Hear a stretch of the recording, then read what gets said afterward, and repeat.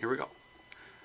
Greetings from Shenandoah Sewing Vac and Quilter's Cabin in Woodstock, Virginia. I'm going to talk to you today about sewing machine needles.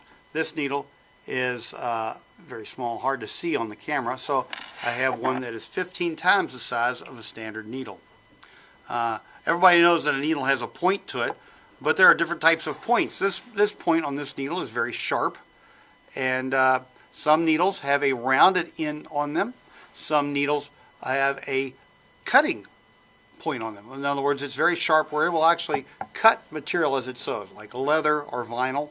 But most of the time, you're going to want a rounded point needle to be able to go between the threads of the material so that it doesn't tear the material up and then cause holes, especially double knits. And so you'd want the ballpoint end or a universal end. Regular points can pierce through the materials and sometimes cut the threads. Now, also this needle has on the front side here, you're going to see this long groove.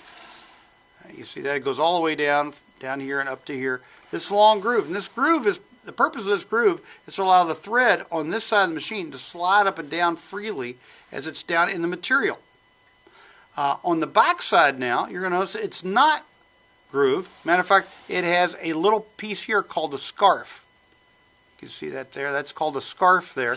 The purpose of that is to allow the thread to catch and make a loop on the back side, and then the hook on the sewing machine can come through, grab that thread, and pull it around the bobbin case as it's sewing. On the top of the machine needle, you have a flat side which goes to the back or to the inside, depends on how your machine threads. Some actually go to the outside. Extra points if you can tell me which one actually threads kind of, we call it, or the needle goes in backwards as opposed to standard sewing. Then also this groove on the machine has a real neat purpose too, because when you're threading a sewing machine needle, I'm going to use this cording as thread because you can see it a little bit better. What you want to do with your thread when you get new thread to thread your machine, you want to trim it at an angle. And you see, I've trimmed it, and I've got it pointed.